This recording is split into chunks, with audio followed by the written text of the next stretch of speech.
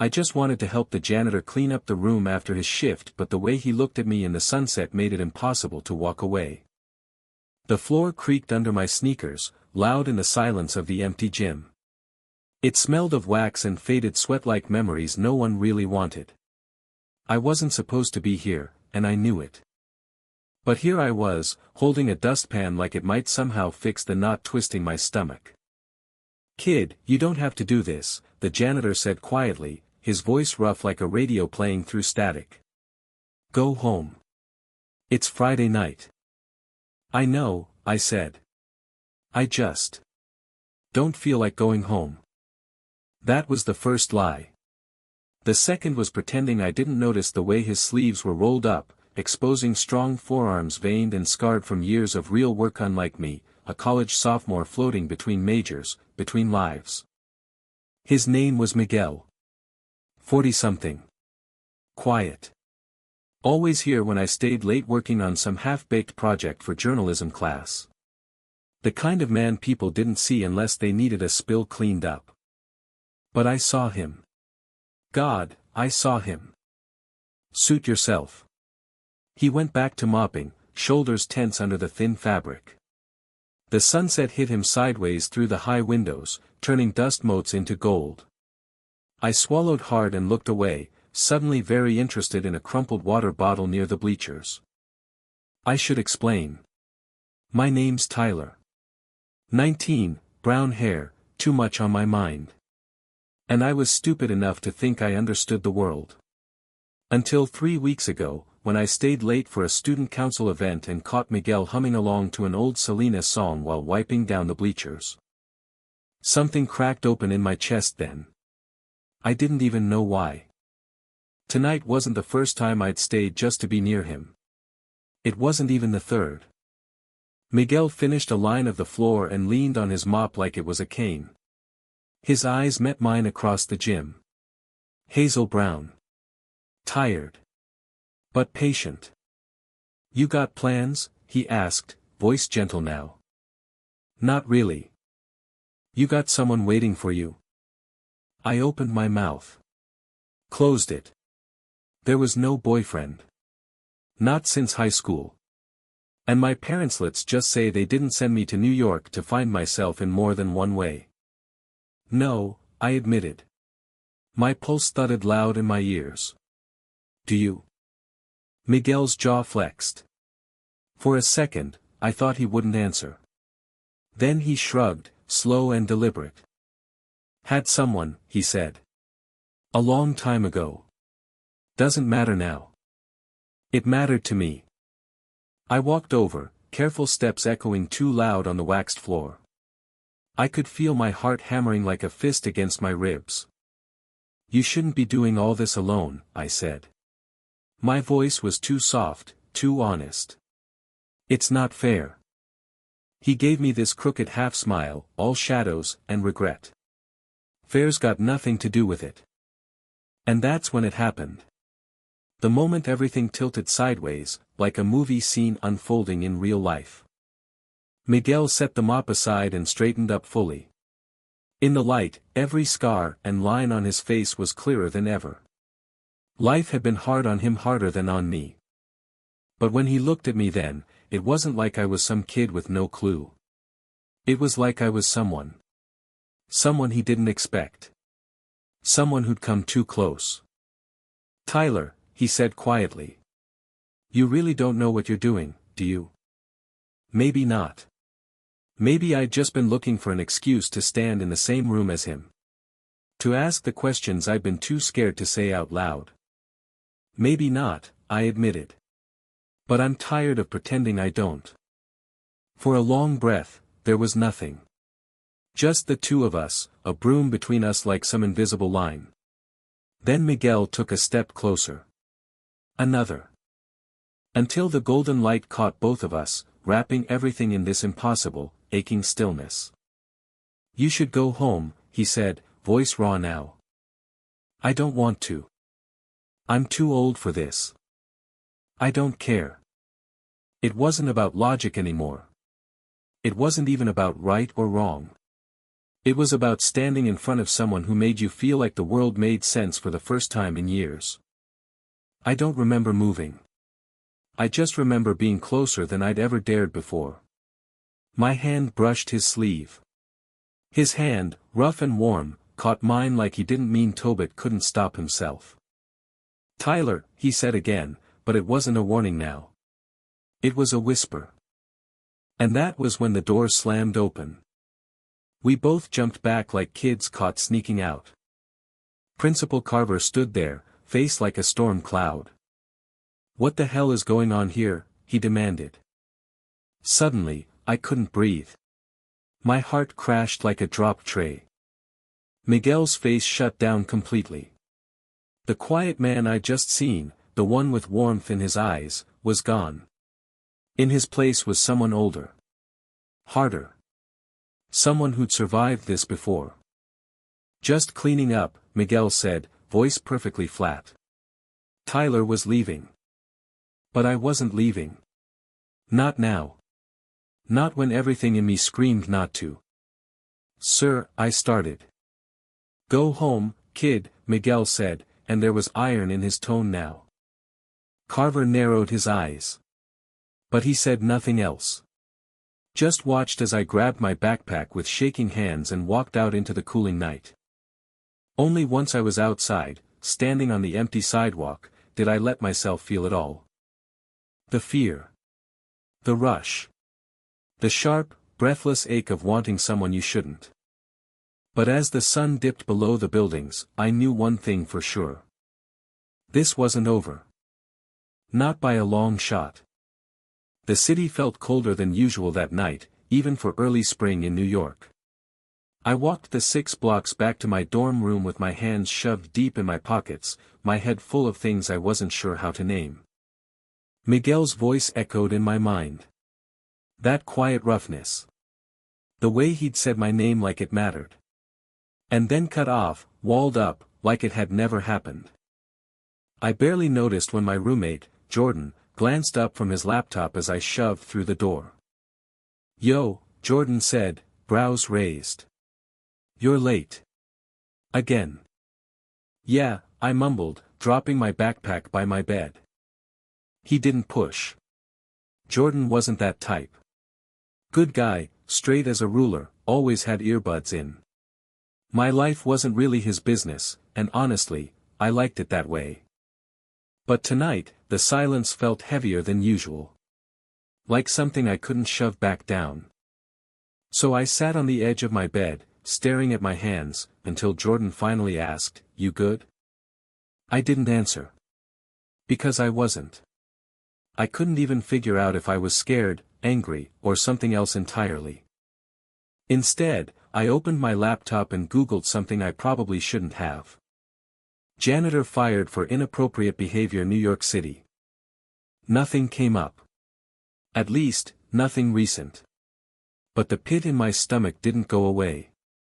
I couldn't shake the way Miguel had looked, shoulders tense like he already knew exactly what was coming. When I finally fell asleep sometime after 2 a.m., my dreams were filled with golden light and the smell of waxed floors. The next day, I skipped my morning class. I couldn't sit through lectures about communication theory when my brain kept replaying those last 5 minutes in the gym. By the time afternoon hit, I couldn't take it anymore. I grabbed my jacket and walked the 12 blocks to the school maintenance office. It was tucked behind the main building, one of those places students never paid attention to. There was a sign taped to the door that said, "Janitorial services do not enter without permission." I knocked anyway. No answer. I knocked again. Harder this time. Finally, a small, older woman opened the door, wearing coveralls and yellow gloves. Her eyebrows pulled together when she saw me. "Can I help you?" "I'm looking for Miguel," I said, voice cracking a little. Her face shifted. Not surprise. Something sadder. "Are you Tyler?" My throat closed up. "Yeah." She sighed and pulled off one glove. Her name tag said, Carmen. "Miguel's not here," she said carefully. He was let go this morning. The floor seemed to tilt under my feet. What? Why? She didn't answer right away. Just glanced over her shoulder like someone might be listening.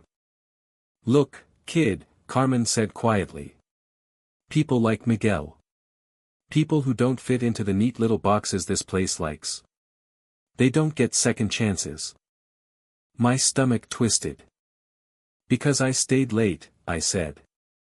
Because of me. Carmen's mouth tightened. But she didn't deny it. That's how it goes, she said. He didn't even fight it. Just cleared out his locker and left. I couldn't breathe. Where would he go? I asked, desperate now. Do you know where he lives? Carmen hesitated. Then she scribbled something down on the back of a receipt and handed it to me. Don't say I told you, she said. I took the paper like it was a lifeline. Thank you, I managed. As I turned to go, Carmen called after me, voice gentler now. Be careful, Tyler, she said. You don't always get to fix things. Even if you want to. But I wasn't thinking about careful. I was already moving, my pulse like thunder in my ears. The address she'd given me was in Queens. Not far, but it felt like another world as I boarded the subway, clutching the paper like it might disappear. I couldn't explain it. Why I couldn't let it go. Why I felt like this wasn't just about one night in a gym, or one man losing his job.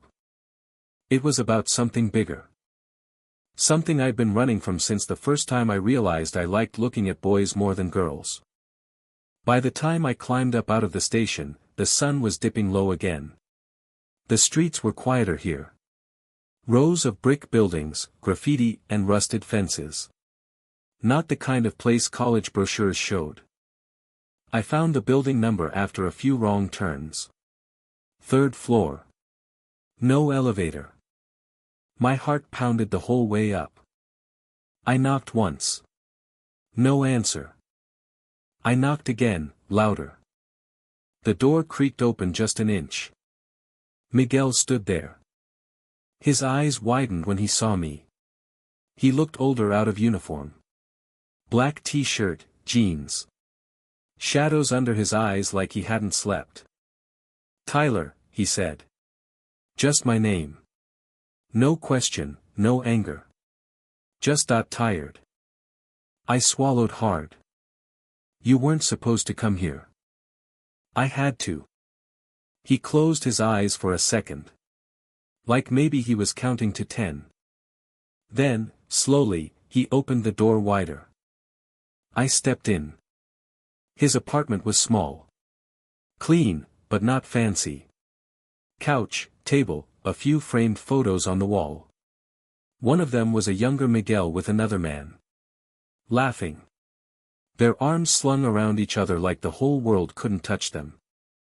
Miguel caught me looking. That's Luis, he said quietly. A long time ago. I didn't ask what happened. The answer felt like it hung in the air between us. He sat down at the table, rubbing a hand over his face. You shouldn't have come. You lost your job because of me. He didn't argue. Just shrugged like it didn't matter. It's not the first time. That broke something in me. Miguel, I said, sitting down across from him. This isn't right. He gave me a tired smile. Right doesn't mean much when the world already made up its mind about you. I thought about all the things I'd never said out loud. About my parents. About how careful I'd always been to never be too obvious. But Miguel. Miguel didn't hide anymore. Not really. That made me hurt for him. And admire him, too. I don't care what people think, I said suddenly. Miguel looked up at me. Really looked. Don't say that if you don't mean it. I mean it. The silence stretched between us. Heavy. Charged. And then slowly reached across the table. His hand brushed mine. Warm. Solid. "You're too young for this," he said, voice rough now. "I don't care. I could get in trouble." I shook my head. "I don't care." And then I laced my fingers through his. That was it. Simple. Quiet. But in that moment, it felt like the bravest thing I'd ever done. For the first time, Miguel didn't pull away. Instead, he squeezed my hand. Just once. And for the first time in days, I could breathe again. That night, I didn't go back to the dorms. Miguel made chamomile from a dented tin and we sat across from each other, neither of us really knowing what to say. But it wasn't awkward. It was quiet in a way that felt safe. "Why didn't you tell me before?" I asked finally. "About Luis. About all of it." Miguel glanced at the old photo on the wall again, as if weighing how much of himself to show me. "We met when I was your age," he said quietly. "Worked at a bar in Queens." He was a bartender. I was cleaning tables. We kept it quiet back then. Too many eyes. I leaned forward, listening to every word like it might fill in some missing piece of him. "What happened?" Miguel's mouth tightened. His hand gripped the handle of his mug like it might shatter. "He got sick," he said. "Cancer. By the time we knew, it was too late." I didn't say I was sorry. It felt too small. Instead, I reached across the table again. This time, he didn't hesitate before taking my hand. "You shouldn't be here, Tyler," he said eventually, voice rougher now. "It's complicated." "I don't care," I repeated. And I meant it. Maybe for the first time in my life. Around midnight, I stood up to leave, but Miguel caught my wrist. Just a light touch, but enough to make me freeze. "It's not safe," he said. "This city. Not everyone's as open as they pretend." "I know," I told him. "But I don't want to hide anymore." For a second, he just stared at me like he didn't quite believe I was real. Then he let go. "Come back tomorrow," Miguel said. "If you still feel the same." "I will." I walked home with my heart full of something I couldn't name yet. When I got back to the dorm, Jordan was already asleep. I lay awake staring at the ceiling, thinking about calloused hands and golden light on scarred faces. The next day, I went back. And the next. We didn't rush it. Miguel wasn't like that. Sometimes we just sat on his couch, listening to old records from a dusty box he kept in the corner. Sometimes he told me stories about growing up in Brooklyn, about fights and family and the first Pride parade he ever saw. It wasn't always rainbows and music, he told me once. There were cops. Tear gas. "I know," I said, but hearing it from him made it feel more real. 3 weeks passed like that. Quietly. Carefully. Until one Friday night, everything cracked open again. I was leaving Miguel's place when my phone buzzed. A text from Jordan. "Dude. What the hell? Principal Carver called your parents." I stopped walking. My chest tightened. "Why?" Jordan sent back. "Something about you hanging around the janitor." "Tyler, are you okay, man?" I didn't answer. I ran.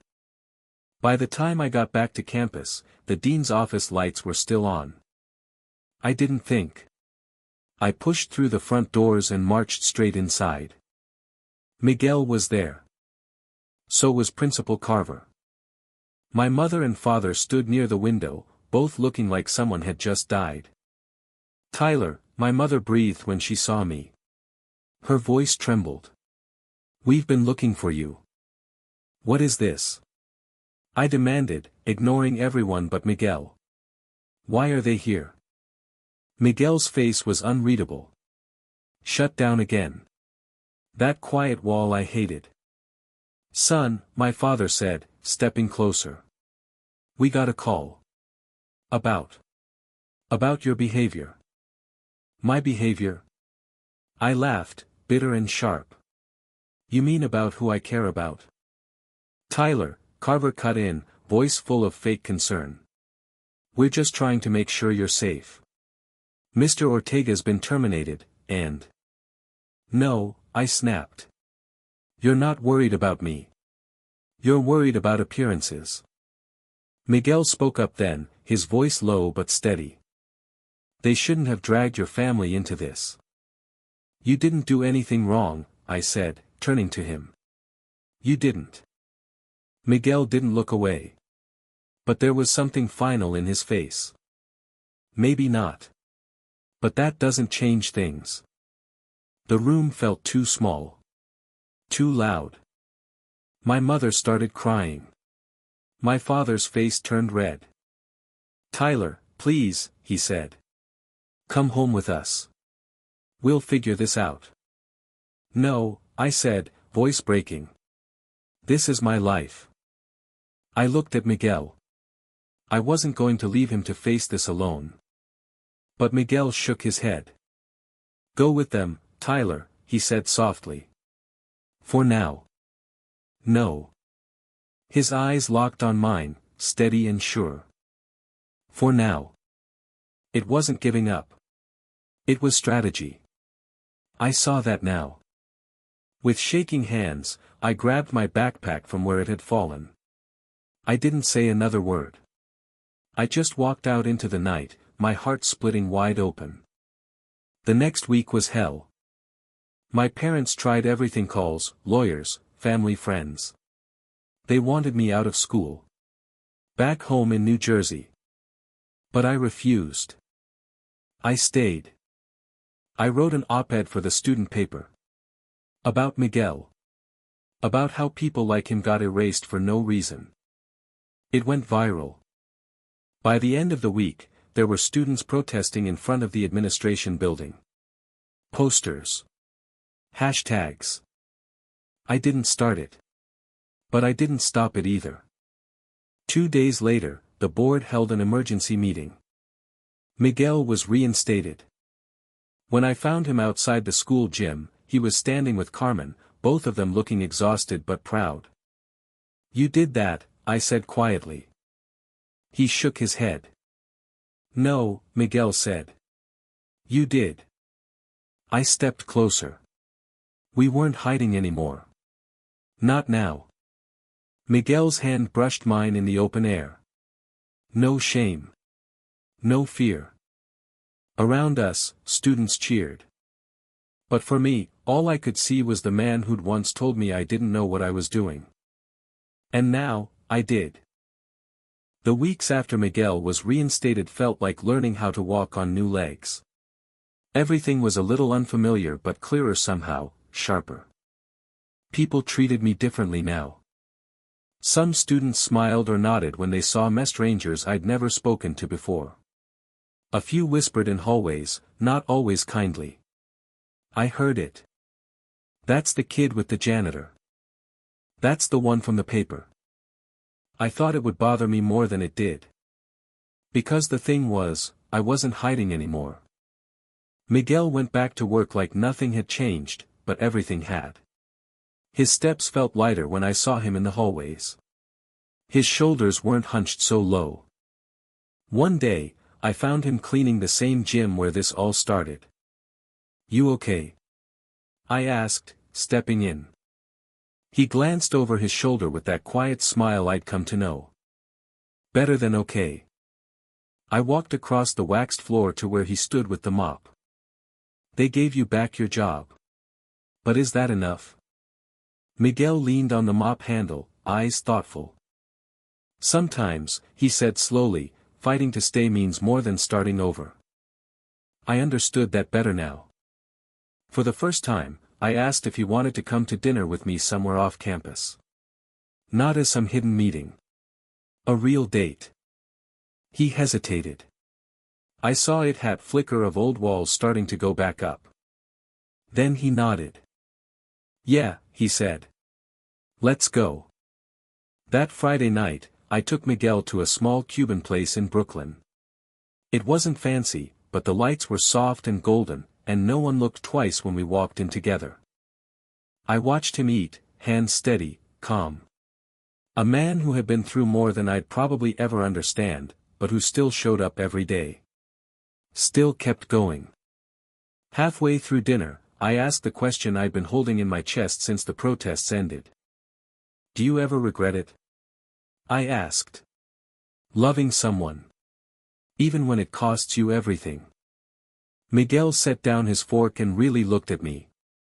Never, he said simply. Not once. I swallowed past the lump in my throat. That was my answer.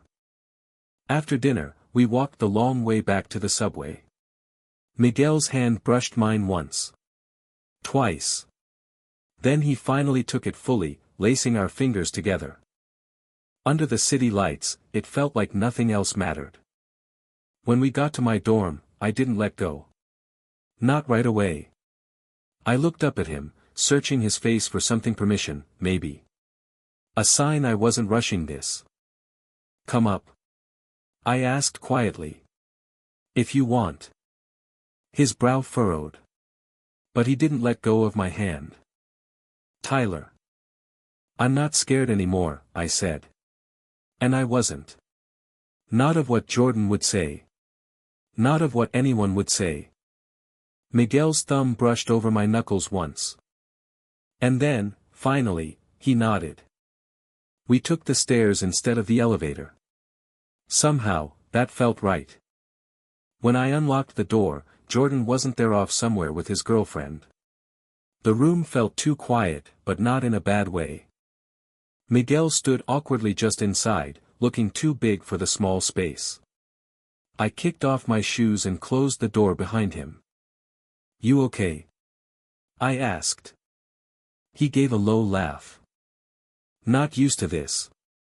To what? Being seen. I stepped closer, until my hands rested lightly on his chest. You are now. And then, slowly, carefully, I leaned up and kissed him. It wasn't a dramatic kiss. No movie soundtrack. No fireworks. Just soft and sure. His hands came up to my waist, steadying me. Mine slid around his neck. When we finally broke apart, Miguel's forehead rested against mine. I've waited a long time for this, he admitted. Me too, I whispered. That night wasn't about rushing. It wasn't about proving anything. It was about learning each other, quiet touches, shared breath. Laughter when his two big hands knocked over my lamp. Silence when I traced the scars on his arm without saying a word. By the time the sun rose, spilling pale gold through the window, neither of us had said much. But we didn't need to. His arm was around me, warm and solid. My head was on his chest, listening to the steady rhythm of his heart. This isn't going to be easy, Miguel said quietly. I know. People won't always get it. I don't care, I said, and meant it more than I ever had. It's real. His hand tightened around mine. Yeah, he said. It is. Graduation came faster than I expected. Miguel was there, standing near the back of the crowd in his work clothes, arms crossed, eyes bright. My parents didn't show up. That hurt more than I wanted to admit. But seeing Miguel there made it easier to breathe. After the ceremony, I found him near the bleachers. You clean those yet? I joked, thumbing toward the seats. He gave me a tired smile. Not today. We stood there for a moment, the crowd swirling around us, until I said what had been sitting on my chest for weeks. I don't want this to be the end. Miguel tilted his head. What do you mean? I want. I swallowed. Us. For real. Not just late nights and quiet places. He looked at me for a long time. Then, finally, he nodded. I want that too. A year later, we shared an apartment in Queens. Small. 1 bedroom. Plants Miguel kept alive better than I could.